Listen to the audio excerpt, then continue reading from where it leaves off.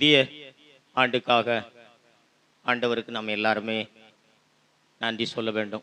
2025வது ஆண்டுக்காக நாம் ஒவ்வொருவரும் ஆண்டவருக்கு நன்றி சொல்ல வேண்டியவர்களாய் நாம் இருக்கிறோம். இந்த புதிய ஆண்டில் இன்னும் ஆண்டுடைய வார்த்தையை அதிகமாய் கவனித்து அறிந்து ஆண்டுடைய வார்த்தையை சார்ந்து விசுவாசித்து ஆண்டவருக்கு பிரியமான ஒரு வாழ்க்கை வாழக்கூடியவர்களாக நாம் இன்னும் நாம் தயார் செய்ய வேண்டியவர்களாய் நாம் இருக்கிறோம். கிறிஸ்தவர்களாகிய நாம் நம்முடைய உணர்ச்சிகளை சார்ந்து கொள்ள முடியும், நம்முடைய சித்தத்தை சார்ந்து கொள்ள முடியும், நம்முடைய சிந்தையை நாம் சார்ந்து கொள்ள முடியும். மேலோட்டமாய் நாம் தேவனுடைய வார்த்தைகளை நாம் அறிந்து கொண்டு நாம் தேவன் நமக்கென்று வைத்திருக்கிற அவருடைய சித்தத்தையும் அவருடைய திட்டத்தையும் நாம் இழந்து போக முடியும். இன்றைக்கு தேவனுடைய வார்த்தைகளை மேலோட்டமாய் அறிந்து கொண்டு அதிகமான ஜனங்கள் உணர்ச்சி சார்ந்து கொள்ளுகிற ஜனங்களாக இருக்கிறார்கள்,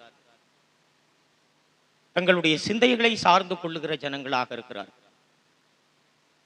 பரிசுத்த ஆவியானவரை சார்ந்து கொள்வதற்கு பதிலாக நாம் இவைகளெல்லாம் சார்ந்து கொள்வோமானால் நிச்சயமாக நாம் தேவன் நமக்கென்று வைத்திருக்கிற அவருடைய சித்தத்தை நாம் இழந்து போகுவோம். எனக்கு அன்பானவர்களே, நாம் பரிசுத்த ஆவியானவரையே சார்ந்து கொள்ள வேண்டும். ரட்சிக்கப்பட்டிருக்கிற நாம் ஒவ்வொருவரும் பரிசுத்த ஆவியானவரை நாம் சார்ந்து கொள்ள வேண்டும். பரிசுத்த ஆவியானவரிடத்திலே தேவனுடைய வார்த்தைகளை நாம் கற்றுக்கொள்ள வேண்டும். பரிசுத்த ஆவியானவர் தான் தேவனுடைய வார்த்தைகளை தேவன் நமக்கு கொடுத்திருக்கிறார். பரிசுத்த ஆவியானவரிடத்துல தான் நாம் தேவனுடைய வார்த்தைகளை நாம் கற்றுக்கொள்ள வேண்டும். நமக்கு நல்ல தெரியும், ஆண்டவர் மார்த்தாள் மரியாள் இவர்களுடைய வீட்டுக்கு போனார். அங்கே மரியாள் நல்ல பங்கை தெரிந்து கொண்டாள் என்று ஆண்டவர் சொன்னார். மார்த்தாளையோ ஆண்டவர் கடிந்து கொண்டார். காரணம், மரியாள் ஆண்டுடைய பாதத்திலே அமர்ந்து ஆண்டுடைய வார்த்தைகளை கவனித்து கேட்டு கற்றுக்கொள்கிறவர்களாக இருந்தார்.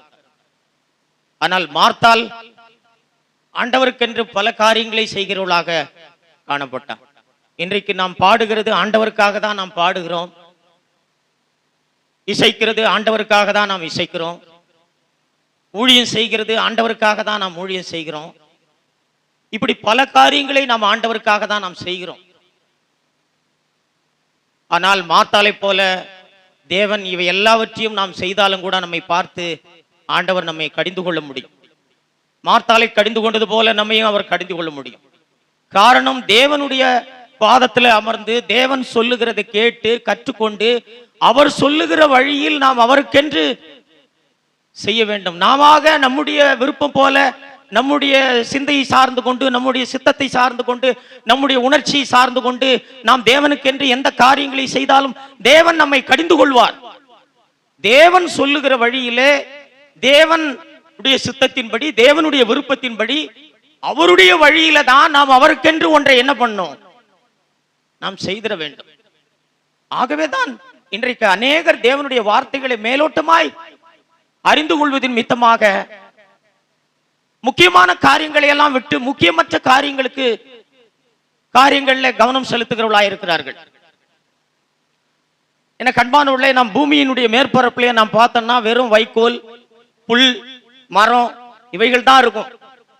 விலையேறப்பட்ட கற்கள், வெள்ளி, பொன் இவைகளெல்லாம் பூமிக்கு அடியில் இருக்கும். நாமும் கூட வேத வார்த்தைகளை மேலோட்டமாய் அறிந்து கொள்றதுனால நமக்கு கிடைக்கிற சத்தியங்கள் எல்லாம் ஒரு புல்லை போல, ஒரு மரத்தை போல, ஒரு வைக்கோலை போல இப்படிப்பட்ட சத்தியங்களை தான் நாம் அறிந்து கொள்ள முடியும். பரிசுத்த ஆவியானவரிடத்திலே நாம் சத்தியங்களை அறிந்து கொள்வோமானால், ஆண்டுடைய பாதத்திலே அமர்ந்து நாம் சத்தியங்களை அறிந்து கொள்வோமானால் நமக்கு கிடைக்கிற சத்தியங்கள் எல்லாம் வெள்ளி, பொன்னு, விலையேறப்பெற்ற கற்களுக்கு ஒப்பான சத்தியங்களை நாம் கண்டுபிடிப்போம். அவைகள் தான் நம்முடைய ஜீவியத்தை விலை மதிப்பற்ற ஒரு ஜீவியமாக மாற்றிட முடியும். ஆகவே நாம் மரியாளை போல ஒரு நல்ல பங்கை தெரிந்து கொள்ள வேண்டும். எனக்கு அன்பானவர்களே, நாம் ஒவ்வொருவரும் நம்முடைய வேத புத்தகத்தை ஆண்டுடைய பாதத்தில் அமர்ந்து பரிசுத்த ஆவியானவர் ஆண்டவரே எங்களுக்கு கற்றுத்தாரும் என்று சொல்லி ஆண்டவரிடத்திலிருந்து நாம் இதை கற்றுக்கொள்ள நாம் தவறுவோமானால் நாம கற்றுக்கொள்கிற அத்தனை காரியங்களும் வெறும் பூமியின் மேற்பரப்பில் இருக்கிற குப்பைகளுக்கு ஒப்பான ஒரு விலை மதிப்பற்ற காரியங்களாக அது இருந்துவிடும். இன்றைக்கு ஏராளமான கிறிஸ்தவ சத்தியங்கள், ஏராளமான கிறிஸ்தவ ஜனங்களை பார்க்கும் பொழுது ஒரு விலை மதிப்பான வாழ்க்கையை விட்டுவிட்டு விலை மதிப்பற்ற காரியங்களுக்கு இன்றைக்கு முக்கியத்துவம் கொடுக்கிறது நாம் கவனித்து கண்டுபிடிக்க முடியும். வேதத்தின் ஆரம்பத்திலேயே நாம் பார்க்க முடியும், பரிசுத்த ஆவியானவர் தான் நம்முடைய வாழ்க்கையை மாற்றிட முடியும். வேற எதுவுமே நம்முடைய வாழ்க்கையை மாற்றிட முடியாது. ஆதியாகமம் 1வது அதிகாரம் 2வது வசனம், பூமியானது ஒழுங்கின்மையும் வெறுமையுமாய் இருந்தது, ஆழத்தின் மேல் இருள் இருந்தது, தேவ ஆவியானவர் ஜலத்தின் மேல் அசைவாடி கொண்டிருந்தார். இந்த வசனத்துல நாம் பார்க்கிறோம், தேவ ஆவியானவர் ஜலத்தின் மேல் அசைவாடி கொண்டிருந்தார். பூமி எப்படிப்பட்டதா இருந்தது? ஒழுங்கின்மையா இருந்தது, வெறுமையா இருந்தது, இருள் இருந்தது. ஆனால் அங்க தேவ ஆவியானவர் அசைவாடி கொண்டிருந்தார். அடுத்த வசனத்துல நாம் வாசிக்கிறோம், தேவன் வெளிச்சம் உண்டாக கடவுது என்றார், வெளிச்சம் உண்டாயிற்று. இந்த காரியத்திலிருந்து என்ன நாம் கற்றுக்கொள்கிறோம்? தேவன் வெளிச்சம் உண்டாக கடவுது என்ற வார்த்தையை சொன்ன உடனே பரிசுத்த ஆவியானவர் அந்த வெளிச்சத்தை என்ன பண்றாரு? உண்டாக்குனார். இப்படிதான் ஒழுங்கின்மையும் வெறுமையும் இருளுமான இருந்த பூமியானது ஜெனிப்பிக்கப்பட்டது, மறுபடியும் சீரமைக்கப்பட்டது. இதேதான் நம்முடைய வாழ்க்கையிலேயும். நம்முடைய வாழ்க்கையும் ரட்சிக்கப்படுவதற்கு முன்பதாக நம்முடைய வாழ்க்கை எப்படிப்பட்ட வாழ்க்கையா இருந்தது?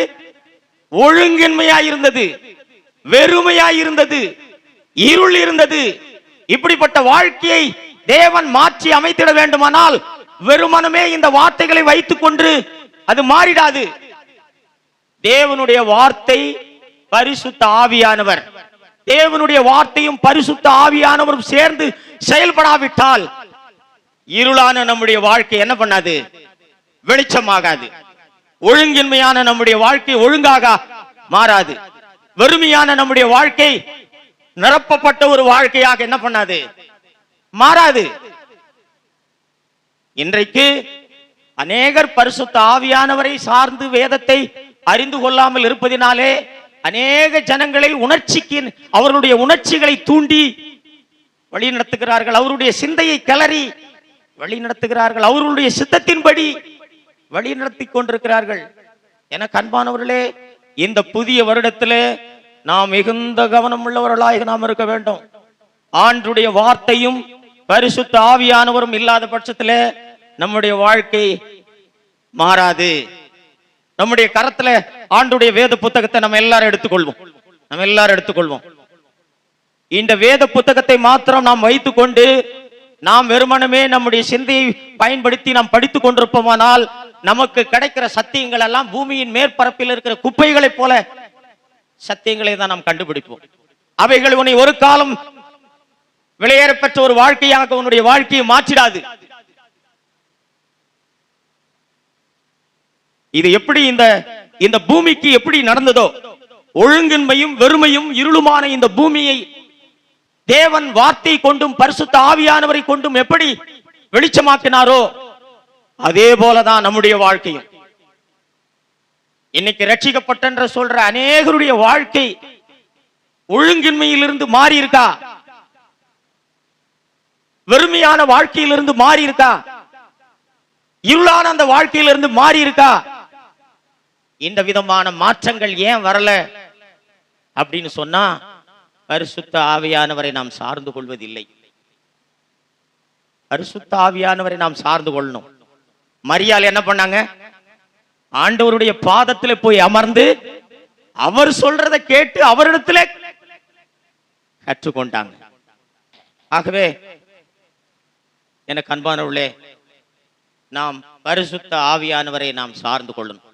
இந்த வேதத்தை இந்த வருடத்துல ஒவ்வொருத்தரும் பரிசுத்த ஆவியானவரே நீர் எங்களுக்கு கற்றுக் கொடுங்கப்பா, நீங்க எங்களுக்கு இந்த வேதத்தின் சத்தியங்களை கற்றுக் கொடுங்க என்று சொல்லி நாம் ஆண்டவர் கற்றுக் கொடுக்கும் விதத்திலே இந்த சத்தியங்களை எல்லாம் நாம் கற்றுக்கொள்வோமானால் நிச்சயமாக இந்த வருடத்துல நம்முடைய ஆவிக்குரிய வாழ்க்கையில் ஒரு பெரிய மாற்றத்தை நாம் என்ன பண்ண முடியும்?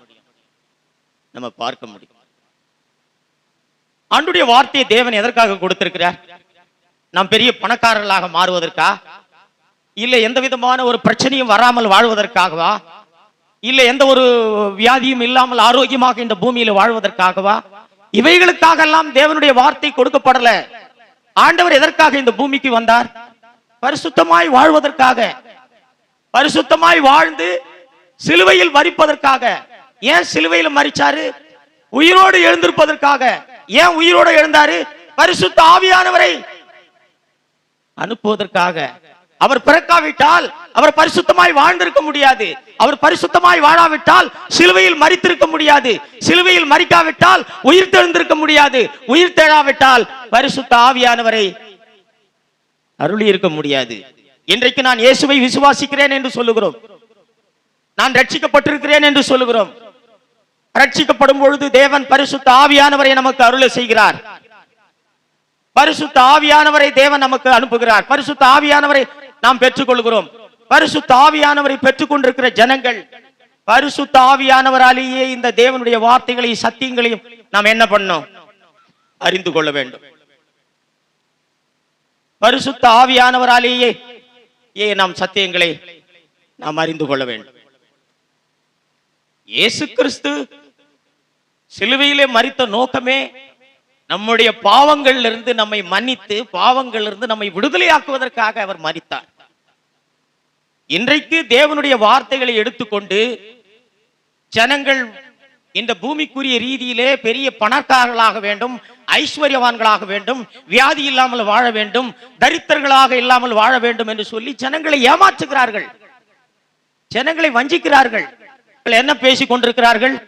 ஆண்டவர் இந்த பூமிக்கு வந்த நோக்கம் நாம் பணக்காரர்களாக இருக்க வேண்டும், நமக்கு எந்த வியாதியும் வரக்கூடாது, நமக்கு எந்த கஷ்டமும் வரக்கூடாது. என கண்பான சகோதரனே சகோதரியே, இயேசு கிறிஸ்து சிலுவையிலே மரித்த நோக்கம் ஒரே ஒரு நோக்கம், நம்முடைய பாவங்களிலிருந்து நம்மை விடுதலையாக்க வேண்டும் என்பதற்காக அவர் மரித்தார். நாம் பாவத்தை சீரியஸா பார்க்காம, பாவத்தை குறித்து நம்முடைய மனப்பான்மை ரொம்ப எளிதாக இருக்குமானால் நாம் இயேசு கிறிஸ்துவினுடைய சிலுவை மரணத்தை விசுவாசிக்கிறேன் என்று சொல்லுவது பொய். நாம் கோபப்படுறது குறித்தும், பொறாமையை குறித்தும், சண்டை போடுகிறது குறித்தும், பகையா இருப்பது குறித்தும், கசப்பு நாம் இருப்பதை குறித்தும், இப்படிப்பட்ட காரியங்களை குறித்தெல்லாம் நாம் கவனம் செலுத்தாமல், இவைகள் இருந்தெல்லாம் நாம் விடுதலையாக்கப்பட வேண்டும் என்ற ஒரு விருப்பம் இல்லாமல் தேவனுடைய வார்த்தைகளை எடுத்துக்கொண்டு இன்றைக்கு கொண்டாட்டம், இன்றைக்கு மகிழ்ச்சி, சந்தோஷம் என்ற பெயரிலே பரிசுத்தத்தை விட்டுவிட்டு இன்றைக்கு ஜனங்களை உணர்ச்சியின் அடிப்படையிலே வழி தவறு செய்து கொண்டிருப்பது மிகப்பெரிய வஞ்சனை. எனக்கு அன்பானவர்களே, இவைகள் எல்லாம் என்ன காரணம்னா தேவனுடைய வார்த்தையை மேலோட்டமாய் அறிந்து கொள்ளுகிறார்கள். தேவனுடைய வார்த்தையை தங்களுடைய சிந்தையை பயன்படுத்தி அறிந்து கொள்ளுகிறார்கள். தேவனுடைய வார்த்தையை ஜனங்களுடைய உணர்ச்சியை தூண்டும்படி பிரசங்கிக்கிறார்கள். பரிசுத்த ஆவியானவரை சார்ந்து இவர்கள் தேவனுடைய வார்த்தையை அறிந்து கொள்வதில்லை. இந்த வருடத்துல நாம் ஒவ்வொருவரும் மிகுந்த கவனம் உள்ளவர்களா இருக்கணும். ஆண்டுடைய வார்த்தையை நாம் கவனிக்கணும். இந்த வார்த்தை எதற்காக தேவன் கொடுத்திருக்கிறார்? நம்முடைய இருதயத்தை குணமாக்குவதற்காக கொடுத்திருக்கிறார். இது நம்முடைய ஆவிக்காக தேவன் கொடுக்கப்பட்டது. நம்முடைய பாவங்கள் இருந்தாலும் நாம் குணமாக்கப்படுவதற்காக தேவனுடைய வார்த்தையை கொடுத்திருக்கிறார். நம்மை பரிசுத்தமான வாழ்க்கையிலிருந்து நம்மை வழிவிலக செய்து மற்ற காரியங்களுக்கு நேராக வழி நடத்துகிற எந்த போதனையாக இருந்தாலும் இவைகளெல்லாம் கர்த்தரிடத்திலிருந்து வந்த போதனைகள் அல்ல. இவைகளெல்லாம் கர்த்தரிடத்திலிருந்து வருகிற மகிழ்ச்சி அல்ல. இந்த சந்தோஷங்கள் எல்லாம் கர்த்தரிடத்திலிருந்து வருகிற சந்தோஷம் அல்ல. நம்முடைய சந்தோஷம் தேவனுடைய வார்த்தையை சார்ந்து இருக்க வேண்டும். நம்முடைய சந்தோஷம், நம்முடைய பரிசுத்தம் அத்தனையும் தேவனுடைய வார்த்தையை சார்ந்து. தேவனுடைய வார்த்தை இல்லாமல் நாம் ஒரு காலம் நாம் பரிசுத்தமாக மாட்டோம். பரிசுத்த ஆவியானவர் இல்லாமல் ஒரு காலம் நாம் பரிசுத்தமாக மாட்டோம். ஏன் தேவன் நமக்கு பரிசுத்த ஆவியானவரை கொடுத்தார்? இயேசு கிறிஸ்துவை நாம் விசுவாசித்து நாம் ஏற்றுக்கொண்டோம். பரிசுத்த ஆவியானவரை தேவன் எனக்கு கொடுத்திருக்கிறார் என்று சொல்கிறோம். ஏன் பரிசுத்த ஆவியானவரை நமக்கு கொடுத்திருக்கிறார்? பரிசுத்தமாய் வாழ்வதற்காக. பரிசுத்த ஆவியானவர் இல்லாமல் நாம் பரிசுத்தமாய் வாழ்ந்திட முடியாது. பரிசுத்த ஆவி இல்லாமல் நம்மால் பரிசுத்தமாக இந்த பூமியில நாம் வாழ்ந்துட முடியாது. ஆகவே பரிசுத்தம் தான் நம்முடைய நோக்கமாக இருக்க வேண்டும். வேதத்தை படிப்பதனுடைய நோக்கம், இதன் மூலமாக நான் பரிசுத்தத்தை பெற்றுக் கொள்ள வேண்டும். சத்தியத்தை நான் அறிந்து கொள்வதனுடைய நோக்கம், நான் பரிசுத்தத்தை பெற்றுக் கொள்ள வேண்டும். பணத்தை பெற்றுக் கொள்வதற்காக அல்ல இந்த வேதத்தை வாசிப்பது. நல்ல ஆரோக்கியத்தை பெற்றுக் கொள்வதற்காக அல்ல இந்த வேதத்தை வாசிப்பது. இந்த வார்த்தைகளை நான் அறிந்து கொண்டிருந்தால் நான் பொறாமையிலிருந்து விடுதலையாக்கப்பட்டவனாக இருக்கணும். பண ஆசையிலிருந்து விடுதலையாக்கப்பட்டவனாக நான் இருக்கணும். கோபத்திலிருந்து நான் விடுதலையாக்கப்பட்டவனாக இருக்கணும். இச்சைக்கிறதிலிருந்து விடுதலையாக்கப்பட்டவனாக இருக்கணும். இந்த பூமியிலே இயேசுவை போல நான் வாழ்ந்திட வேண்டும். இந்த நோக்கத்திற்காக தான் தேவனுடைய வார்த்தைகளை தேவன் நமக்கு கொடுத்திருக்கிறார். இந்த காரியங்களை விட்டு வழிவிலக செய்கிற அத்தனை போதனைகளும் அவர்கள் சிந்தையில் இருந்து கற்றுக்கொண்ட சத்தியங்கள். அவர்களுக்கு பரிசுத்த ஆவியானவர் சத்தியங்களை கற்றுக் கொடுக்கல. ஆகவே இந்த வருடத்துல நாம் மிகுந்த எச்சரிக்கையா இருக்கணும். தேவனுடைய வார்த்தைகளே, பிசாசு கூட தேவனுடைய வார்த்தைகளை அவன் அறிந்திருக்கிறான். அவன் தேவனிடத்தில் கற்றுக்கொள்ளல, அவனாகவே தேவனுடைய வார்த்தைகளை அவன் அறிந்து வைத்திருக்கிறான். ஜனங்களை வஞ்சிக்கும்படியாக இதே காரியங்களை தான் அநேகர் செய்து கொண்டிருக்கிறார்கள். பிசாசு எப்படி ஜனங்களை வஞ்சிக்கும்படியாய் அவன் வேத வார்த்தைகளை அறிந்து வைத்திருக்கிறானோ, அதுபோல அநேக ஜனங்களை வஞ்சிக்கும்படியாய் இவர்கள் வேத வார்த்தைகளை அறிந்து வைத்திருக்கிறார்கள். உங்களை குறித்து, என்னை குறித்து தேவனுடைய சித்தம் என்ன? ஒரு வசனத்தை நாம் வாசிக்க போறோம். இந்த வருடத்துல தேவன் கொடுத்த இந்த வார்த்தையின்படி என்னுடைய வாழ்க்கை இருக்கணும். ஆண்டவர், இந்த வார்த்தையை நான் விசுவாசிக்கிறேன்.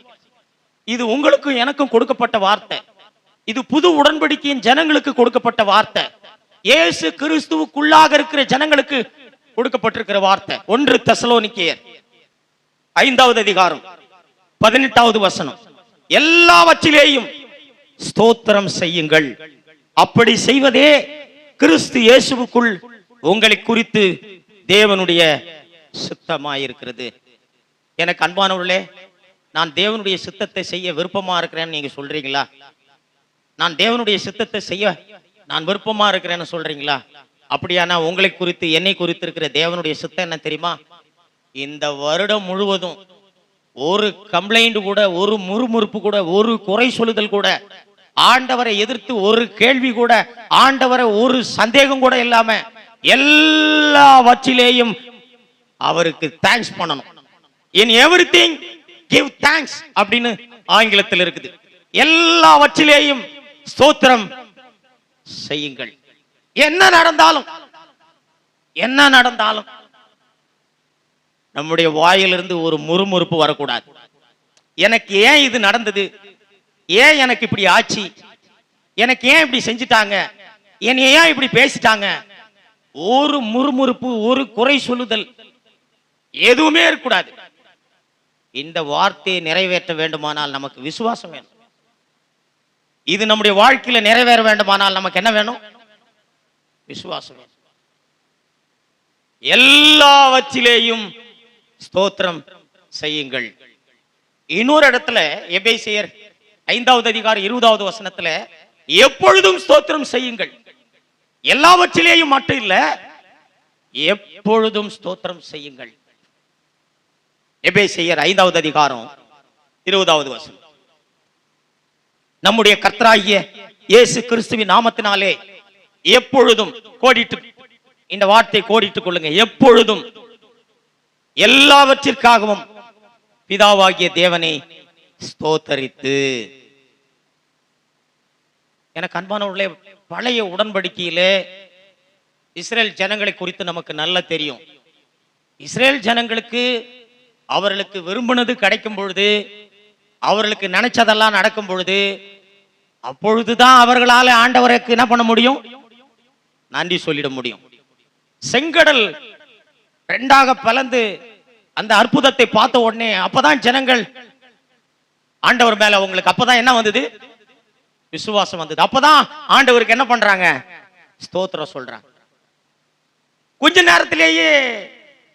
கொஞ்ச நேரத்திலேயே முறுமுறுக்க ஆரம்பிச்சிட்டாங்க. எங்களுக்கு தண்ணீர் இல்லை. உடனே ஆண்டவர் என்ன பண்றாரு? தண்ணீரை மாறா மாறா என்ற இடத்துக்கு வரும்பொழுது அந்த தண்ணீர் எல்லாம் கசப்பா இருக்கு. உடனே அந்த இடத்துல அந்த மாறாவின் தண்ணீரை ஆண்டவர் என்ன பண்றாரு? மதுரமாக்குனார். உடனே ஆண்டவர் மேல அவங்களுக்கு விசுவாசம் வருது. உடனே ஆண்டவருக்கு என்ன பண்றாங்க? நன்றி சொல்றாங்க. அதுக்கப்புறம் சாப்பிடுறதுக்கு எதுவுமே இறைச்சி இல்லை, அப்பம் இல்லை, சாப்பிடுறதுக்கு அப்பம் இல்லை. ஆண்டவர் மன்னாவை கொடுக்கிறாரு. அதுக்கப்புறம் உடனே ஆண்டவரை துதிக்க ஆரம்பிக்கிறாங்க. உடனே ஆண்டவருக்கு ஸ்தோத்திரம் பண்றாங்க. அதுக்கப்புறம் கொஞ்ச நேரம் கழிச்சு மறுபடியும் முறுமுறுக்க ஆரம்பிக்கிறாங்க. எங்களுக்கு நல்ல இறைச்சி சாப்பிட்டு இருந்தோம், எங்களுக்கு இறைச்சி இல்லை. இப்படி அவங்களுக்கு வேண்டியதெல்லாம் கிடைக்கும் பொழுது, அவங்களுக்கு தேவையானதெல்லாம் கிடைக்கும் பொழுது அவங்க என்ன பண்ணாங்க? ஆண்டவருக்கு ஸ்தோத்திரம் பண்ணாங்க. இன்னைக்கு கிறிஸ்தவர்களாகிய நீங்களும் நானும் அந்த மாதிரி இருக்கக்கூடாது. அப்படிப்பட்ட ஒரு விசுவாசம் அல்ல இது. கிறிஸ்து இயேசுவிலே நாம் வைத்திருக்கிற விசுவாசம் என்பது அப்படிப்பட்ட விசுவாசம் அல்ல. நம்முடைய வாழ்க்கையில நினைச்சது நடந்தாலும், நினைச்சது நடக்காம போட்டாலும், கேட்டது கிடைச்சாலும் கிடைக்காம போனாலும், எல்லாவற்றிற்காக நாம் என்ன பண்ண முடியும்? நன்றி சொல்லிட முடியும். வியாதிக்காக ஜெபிக்கிறீங்க, ஆண்டவர் சுகத்தை கொடுக்கல, நாம் நன்றி சொல்ல முடியும். சுகத்தை கொடுத்தாலும் கர்த்தருக்கு ஸ்தோத்திரம், சுகத்தை கொடுக்கலனாலும் கர்த்தருக்கு என்ன பண்ண முடியும்? ஸ்தோத்திரம் சொல்ல முடியும். இது கிறிஸ்து இயேசுவுக்குள்ளாக இருக்கிற ஒரு ஸ்லாக்கியம். பழைய உடன்படிக்கையிலே அப்படி யாரும் சொல்லிட முடியாது. தாவீது சொன்னாரு, எக்காலத்திலும் நான் அவரை ஸ்தோத்தரிப்பேன் சொல்லி. ஆனா எல்லாவற்றிற்காகவும் நான் அவரை ஸ்தோத்தரிப்பேன்னு சொல்லி அவரால் சொல்லிட முடியாது. வேணா எக்காலத்திலேயே அவர் ஸ்தோத்தரிக்கலாம், ஆனா எல்லாவற்றிற்காகவும் அவரால் என்ன பண்ண முடியாது? ஸ்தோத்தரிக்க முடியும். ஆனா நீங்களும் நானும் எல்லாவற்றிற்காக ஸ்தோத்திரம் செய்ய முடியும். நமக்கு ஒரு இழப்பு ஏற்படுகிறதா, கர்த்தருக்கு நாம என்ன பண்ண முடியும்? ஸ்தோத்திரம் செய்ய முடியும். நமக்கு ஒண்ணு கிடைக்கலையா? இன்றைக்கு அநேக கிறிஸ்தவருடைய விசுவாசம் என்ன தெரியுமா? நல்ல வீடு இருக்கிறதுனால நல்ல உற்சாகமா இருக்கிறாங்க, நல்ல வேலை இருக்கிறதுனால நல்ல உற்சாகமா இருக்கிறாங்க. அதுவல்ல விசுவாசம். ஒரு சிறிய வீட்டில் இருக்கும் பொழுது கூட ஆண்டவரை முறுமுறுக்க கூடாது, குறை சொல்லக்கூடாது, சந்தேகப்படக்கூடாது. விசுவாசம் உள்ளவர்களாய் நாம் இருக்கணும். இன்றைக்கு 50,000 சம்பளம் நாம் வாங்கும் போது நமக்கு அதிகமான உற்சாகம் வந்து விடுகிறது. இவைகளெல்லாம் உண்மையாகவே பரிசுத்த ஆவியினால் வருகிற உற்சாகம் அல்ல. இவைகளெல்லாம் மாம்சீகமான உற்சாகம். சகோதரனே, நீ 5,000 ரூபாய் சம்பாதிக்கும் பொழுதும் நீ எப்படி இருக்கணும்? 5,000 ரூபாய் சம்பாதிக்கும் போதும் ஆண்டவரை எதிர்த்து, ஆண்டவரே எனக்கு வெறும் 5,000 தானா, ஆண்டவரே நான் கஷ்டப்படுறேனே, ஆண்டவரே என் வாழ்க்கையில் இப்படிதானா, இந்த மாதிரி ஆண்டவரை முறுமுறுத்து ஆண்டவரை குறை சொல்லி இப்படி இல்ல. நாம் ஒரு சிறிய வீட்டில் இருக்கிற போது எப்படி நாம் இருக்கிறோமோ அதே போல நாம் பெரிய வீடு இருக்கும் பொழுதும் நம்மால இருக்க முடியும். நம்மால இருக்க முடியும். 5,000 ரூபாய் இருக்கும் பொழுது நாம் உண்மையாகவே ஆண்டவரை முறுமுறுக்காம குறை சொல்லாம ஆண்டவரை சந்தேகப்படாம விசுவாசம் உள்ளவர்களா இருந்தால் 50,000 ரூபாய் சம்பாதிச்சாலும் நம்முடைய உற்சாகம் என்பது 50,000 ரூபாயிலிருந்து வருகிறது அல்ல. ஆனா நீங்க சின்ன வீட்டுல முறுமுறுத்துக்கிட்டு, சின்ன வீட்டுல இருக்கும் பொழுது குறை சொல்லிக்கிட்டு, சின்ன வீடா இருக்கும் பொழுது சண்டை போட்டுக்கிட்டு, நீங்க பெரிய வீடு வந்த உடனே என்னமோ பெரிய உற்சாகம் வந்த மாதிரி கர்த்தருக்கு ஸ்தோத்திரம் சொல்றதெல்லாம் மாய்மாலமானது. அவைகளெல்லாம் மாய்மாலமானது. நம்முடைய உற்சாகமும் நம்முடைய சந்தோஷமும் ஆண்டவரிடத்திலிருந்து தான் வருகிறதுன்றதுக்கு என்ன, எப்படி நாம் அதை கண்டுபிடிக்கிறது?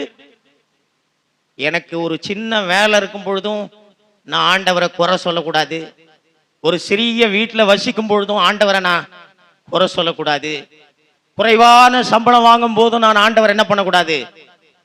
குறை சொல்லக்கூடாது. அப்படி இருக்கிறது தான் பெரிய வீடு உனக்கு இருந்தாலும் உன்னுடைய காரியங்கள் எல்லாம் ஆண்டவரிடத்திலிருந்து வருகிறதுன்னு நம்ம என்ன பண்ண முடியும்? உறுதியா சொல்ல முடியும். இன்றைக்கு அநேக கிறிஸ்தவ ஜனங்கள் உண்மையாகவே அவர்கள் வசதியான வாழ்க்கை இருப்பதின் மித்தமாகவே அவர்கள் கிறிஸ்தவர்களாக இருக்கிறார்கள். அவர்களுடைய விசுவாசம் எல்லாம் அதிகமான பணம் இருப்பதின் மித்தமாக, நல்ல வேலை இருப்பதின் மித்தமாக.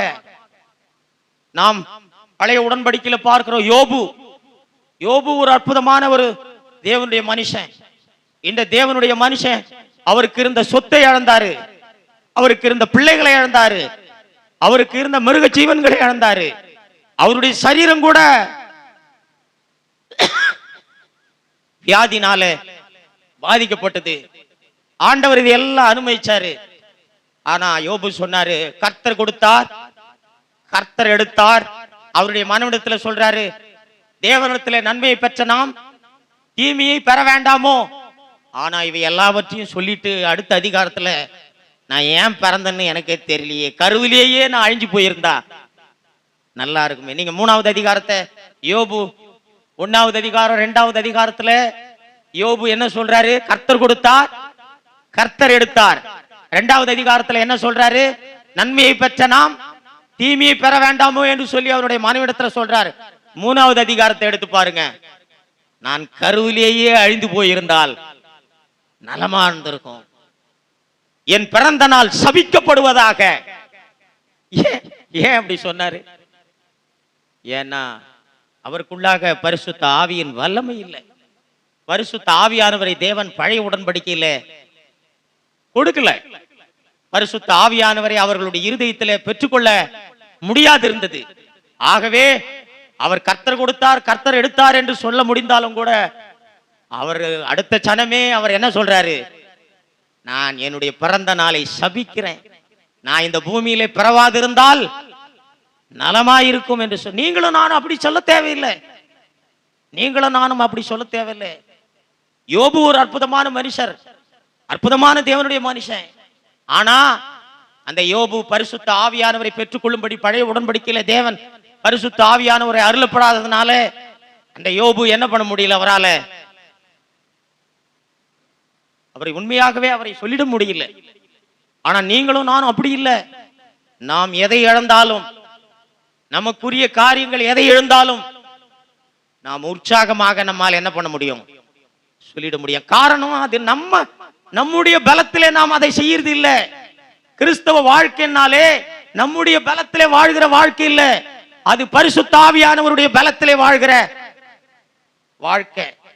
பழைய உடன்படிக்கையில் அப்படி பரிசுத்த ஆவியானுடைய பலத்தில் என்ன பண்ணல, வாழல. ஆகவே அவர்கள் கர்த்தர் கொடுத்தார், கர்த்தர் எடுத்தார் என்று சொன்னாலும் உடனே அவர்கள் என்ன பண்றாங்க? நான் ஏன் பிறந்தேன், என்னுடைய பிறந்த நாள் சபிக்கப்படுவதாக என்று சொன்னார். நீங்களும் நான் அப்படி சொல்ல தேவையில்லை. சகோதரனே, இயேசு கிறிஸ்துவுக்குள்ளான வாழ்க்கை என்பது ஒன்னு கிடைக்கிறதுனாலயோ ஒன்னு நடக்கிறதுனாலயோ இப்படி நம்முடைய சந்தோஷம், இப்படி நம்முடைய உற்சாகம் இப்படி இருப்பதல்ல. அது நாம் பரிசுத்த ஆவியானவராலே நிரப்பப்பட்டிருக்கிறபடினாலே, நமக்குள் பரிசுத்த ஆவியானவர் இருக்கிறபடினாலே நாம் ஜெபிக்கலாம். நாம் ஒரு நல்ல வீட்டுக்காக ஜெபிப்பது தவறு இல்லை, நல்ல வேலைக்காக ஜெபிப்பது தவறு இல்லை, அதிகமான சம்பளம் கிடைக்கிற ஒரு வேலைக்காக நாம் தேடி போறது தவறு இல்லை. ஆனால் நம்முடைய சந்தோஷமும் மகிழ்ச்சியும் உற்சாகமும் இவைகளினாலே நமக்கு வரக்கூடாது. பரிசுத்த ஆவியினாலே நமக்கு என்ன பண்ணணும்? வரணும். நம்முடைய சந்தோஷமும் நம்முடைய காரியங்கள் எல்லாம் எப்படி இருக்கணும்? இன்றைக்கு அநேக ஜனங்கள் தங்களுடைய உணர்ச்சியின் அடிப்படையிலே இவர்கள் வாழ்ந்து கொண்டிருக்கிறாங்க. பரிசுத்த ஆவியானவராலே இவர்கள் வாழ்றது இல்லை. அவர்கள் தேவனுடைய வார்த்தையை விட்டுட்டு தேவனுடைய வார்த்தையை மேலோட்டமாய் அறிந்து கொண்டு இவர்கள் தங்களுடைய உணர்ச்சிகளை சார்ந்து வாழ்ந்து கொண்டிருக்கிறாங்க. எனக்கு அன்பான சகோதரனே, சகோதரியே, எல்லாவற்றிலேயும் ஆண்டவருக்கு நாம் என்ன பண்ணணும்? நன்றி சொல்லணும். எப்பொழுதும் ஆண்டவருக்கு என்ன பண்ணணும்? நம்ம விரும்புறது கிடைக்கலன்னா கூட தேவனுக்கு என்ன பண்ண முடியும்? நன்றி சொல்ல முடியும்.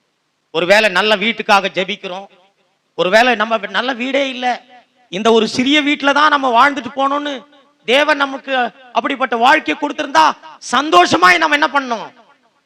வாழ்ந்துட்டு போனோம். நம்முடைய காரியம் எல்லாம் வீடோ வசதியோ பணமோ அதல்ல, தேவன் தான் நம் சந்தோஷம். நம்முடைய சந்தோஷம் எது? தேவன். நம்முடைய பரிசுத்தம் எது? தேவன். நம்முடைய சமாதானம் எல்லாம் அவர்,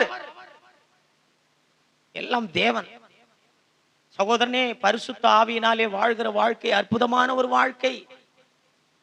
நீங்களும் நானும் பரிசுத்த ஆவியினாலே வாழ்கிற வாழ்க்கை, நாம் எதை இழந்தாலும், நாம் நம்முடைய வாழ்க்கையிலே ஜெபித்து நடக்காட்டாலும் ஒருவேளை ஜெபித்து நடந்தாலும், எது எப்படி இருந்தாலும், நாம் இந்த சூழ்நிலைகளின் அடிப்படையிலே, நமக்கு நடக்கிற காரியங்களின் அடிப்படையிலே நம்முடைய விசுவாசம் இல்ல.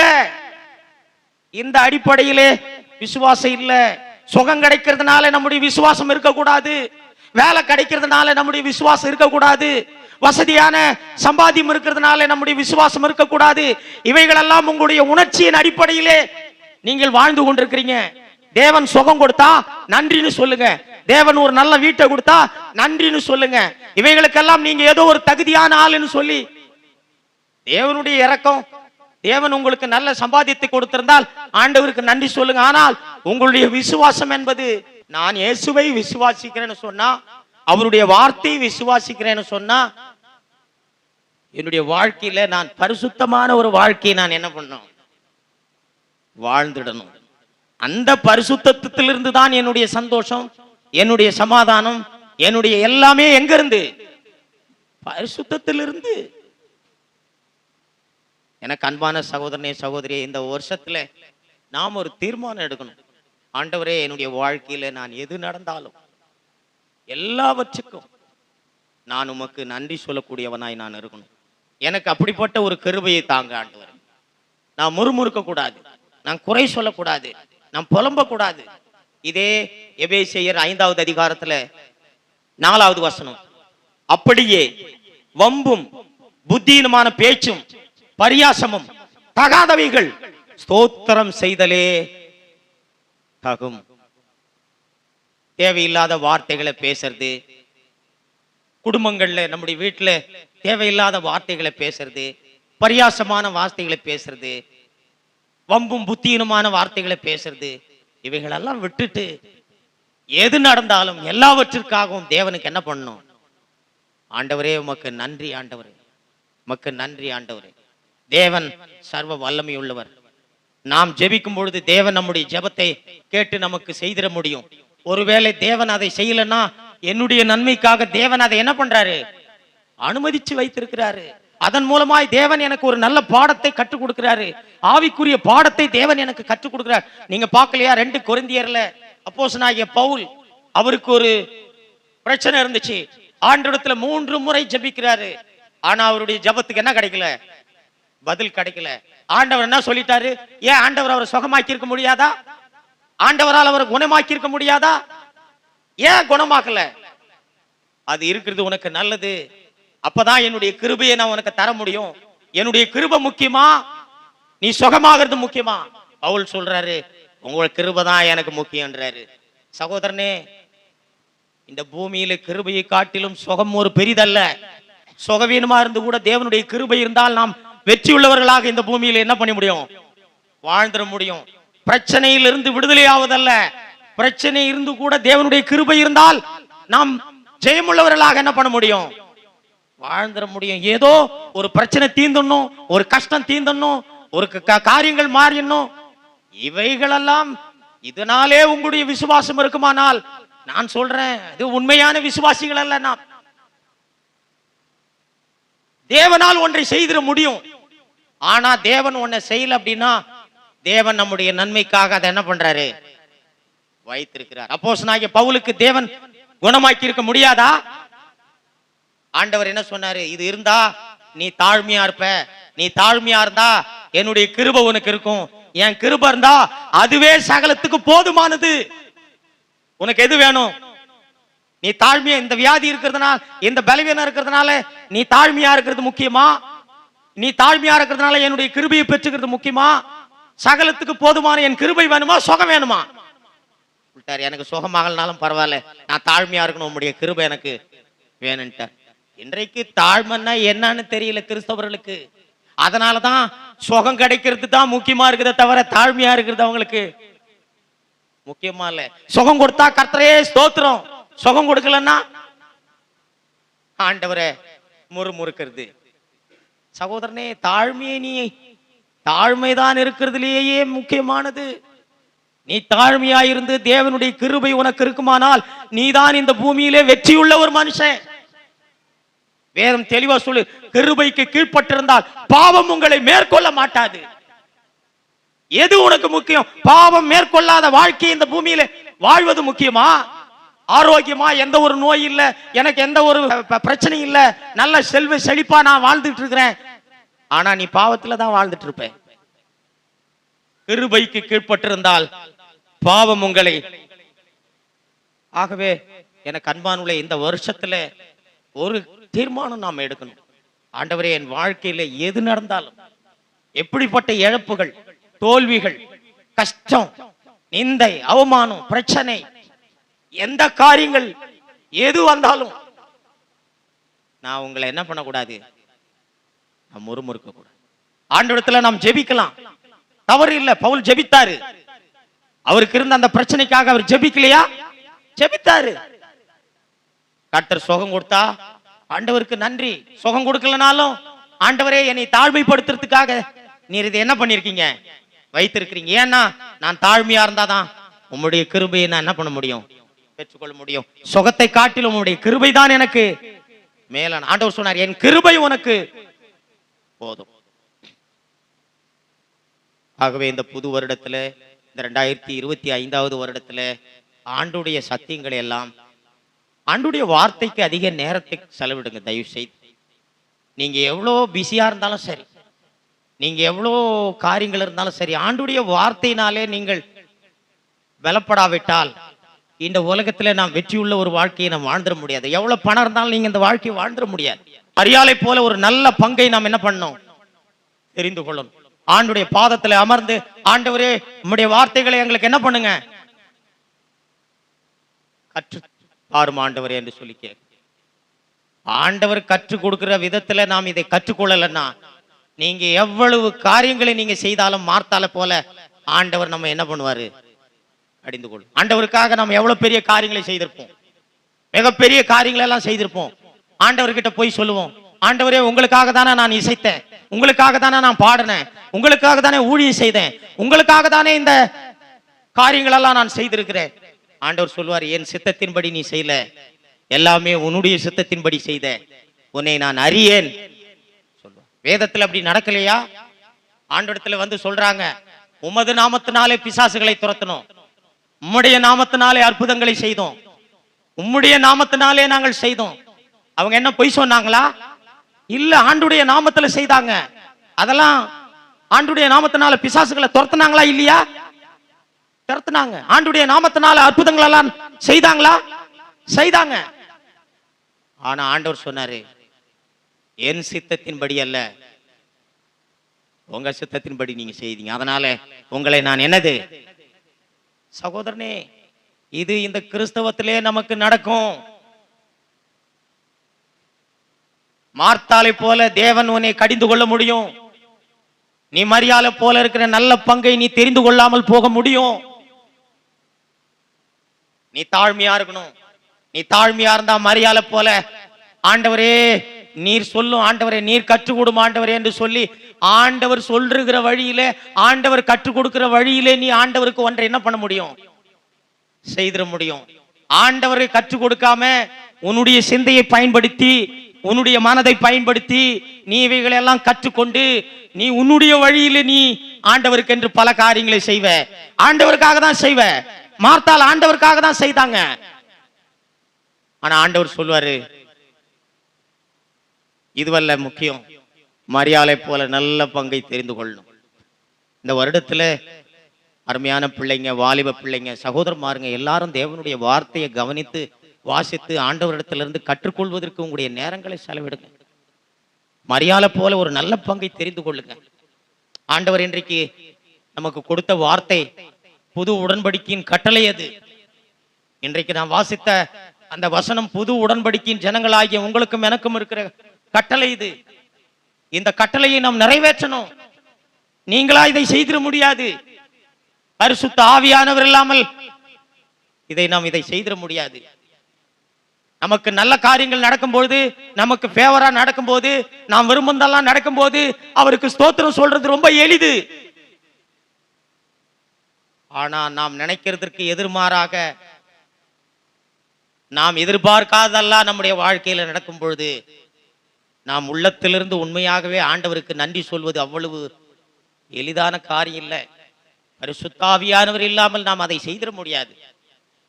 ஆகவே நாம் ஒவ்வொருவரும் ஆண்டவரே, பரிசுத்த ஆவியானவரே, இந்த வருடத்துல என்னுடைய வீட்டுல கணவன், மனைவி, பிள்ளைகள், சபைகள், வேலை ஸ்தலங்கள், எந்த இடத்திலேயும் எது நடந்தாலும் நான் ஒரு குறையும் சொல்லக்கூடாது, ஒரு கேள்வியும் கேட்கக்கூடாது, ஒரு முறுமுறுப்பு என்னிடத்துல இருந்து வரக்கூடாது. ஆண்டவரே, அப்படிப்பட்ட ஒரு வாழ்க்கை இந்த வருடத்துல வாழ்ந்துட எனக்கு உதவி செஞ்சிருங்க ஆண்டவர். நீங்க அனுமதிக்கிற எல்லாத்தையும் நான் சந்தோஷமாய் ஏற்றுக்கொள்ள எனக்கு உதவி செய்திருங்க ஆண்டவரே. எப்பொழுதும் எல்லாவற்றிலேயும் உமக்கு நன்றி சொல்லுகிறவனாய் நான் இருந்திட எனக்கு உதவி செய்திரும் ஆண்டவரே என்று சொல்லி இந்த நாளில் நம்மை அர்ப்பணிப்போம். இப்படிப்பட்ட ஒரு வாழ்க்கையை நாம் வாழ்வதுதான் தேவனுடைய சித்தம். கிறிஸ்து இயேசுவுக்குள்ளாக தேவன் நம்மை வைத்திருப்பதே இப்படிப்பட்ட வாழ்க்கையை நாம் வாழ்வதற்காக. இதை நாம வாழ முடியாது என்றதுக்காக தான் தேவன் கிறிஸ்துவுக்குள்ளாக நம்ம என்ன பண்ணிட்டாரு, வைத்து விட்டார். கிறிஸ்துவுக்குள்ளாக இருக்கிற வாழ்க்கை என்ன? நம்ம எப்ப கிறிஸ்துவுக்குள்ளாக்கப்பட்டோம்? நீங்களே உங்களை கிறிஸ்துவுக்குள்ளாக ஆக்கிட்டீங்களா? இல்ல, தேவன் தான் நம்ம என்ன பண்ணிருக்காரு, கிறிஸ்துவுக்குள் வைத்திருக்கிறார். முதல்ல நம்மை கிறிஸ்துவுக்குள்ள வைக்கல. கிறிஸ்தவர்கள் இதை அறிந்து கொள்ளல. கிறிஸ்தவர்கள் முதல்ல தேவன் நம்மை கிறிஸ்துவுக்குள்ள வைக்கல. முதல்ல தேவன் நம்மை சிலுவையிலே வைத்து அதற்கு பிறகு கிறிஸ்துவுக்குள்ள வைத்திருக்கிறார். ரட்சிக்கப்பட்டிருக்கிற நாம் எல்லாம் தேவன் ஏதோ நம்மளை மாத்திட்டாரா? இல்ல, நாம் மாறல. ஆதாமிலிருந்து எடுத்து சிலுவையில் வைத்து கிறிஸ்துவுக்குள் வைத்து விட்டார். அவ்வளவுதான். நீ விசுவாசிக்கணும். நீ விசுவாசித்தால் செடியோட கொடி இணைஞ்சிருக்கு. இந்த கொடி செடியில் இருக்கிறத உறிஞ்சிறதுக்காக எந்த முயற்சியும் செய்ய தேவையில்லை. ஆண்டவருடைய கட்டளைகளை கடைபிடிப்பதற்காக நீ முயற்சி செய்ய வேண்டிய அவசியம் இல்லை. நீ முயற்சி செய்தாலும் உன்னால் இந்த கட்டளைக்கு உன்னால் என்ன பண்ண முடியாது, கீழ்ப்படிய முடியாது. நீ எவ்வளவு முயற்சி செய்தாலும் நீ தோற்று போவாய். ஏன்னா ஆண்டவருடைய கட்டளைகளை நிறைவேற்றுவதற்கு நம்முடைய பலன் அது போதாது. நம்முடைய மாம்ச பலத்தினாலே ஆவிக்குரிய பரிசுத்தமான கட்டளைகளை நம்மால் கை கொள்ள முடியாது. நீ கை கொள்ள முடியாது என்பதற்காக தான் உன்னை சிலுவையில் வைத்து கிறிஸ்துவுக்குள்ள வைச்சிருக்கிறார். தேவன் எதற்கு சிலுவையில் வைச்சாரு? கிறிஸ்துவுக்குள்ள வைக்கிறதுக்கு முன்னாடி எதற்காக சிலுவையில் வைத்தாரு? நீ இந்த வாழ்க்கையை வாழ்வதற்கு பயன் அற்றவன்.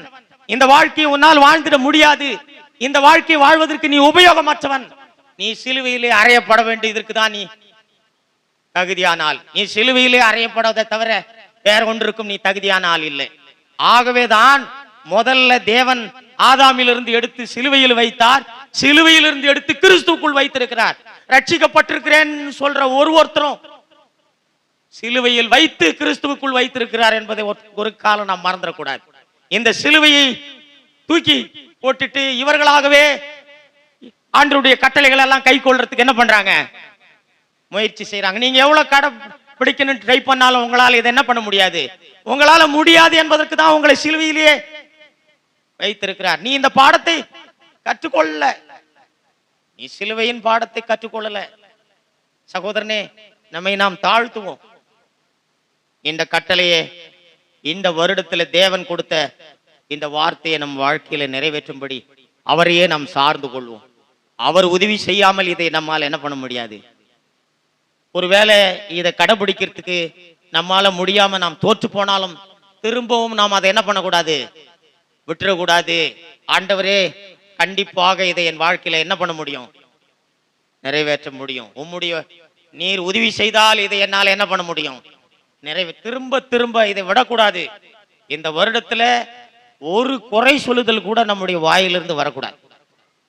அப்படிப்பட்ட ஒரு வாழ்க்கை நாம் இந்த வருடத்துல நாம் வாழ்ந்துடணும். ஆண்டவருக்காக ஒரு முறுமுறுப்பு நம்முடைய வாயிலிருந்து, ஒரு கம்ப்ளைண்ட் வரக்கூடாது. எந்த ஒரு கம்ப்ளைண்டும் நமக்கு வந்துடக்கூடாது. அப்படிப்பட்ட ஒரு வாழ்க்கையை நம்ம என்ன பண்ணணும், வாழ்ந்து நம்ம எல்லாரும் முழங்கால் படிக்கணும். ஆண்டுடைய கரத்துல நம்மை ஒப்பு கொடுப்போம். ஆண்டவரே, எல்லாவற்றிலேயும் ஸ்தோத்திரம் செய்ததுதான் கிறிஸ்து இயேசுவுக்குள் எங்களை குறித்து தேவனுடைய சித்தமாயிருக்கிறது.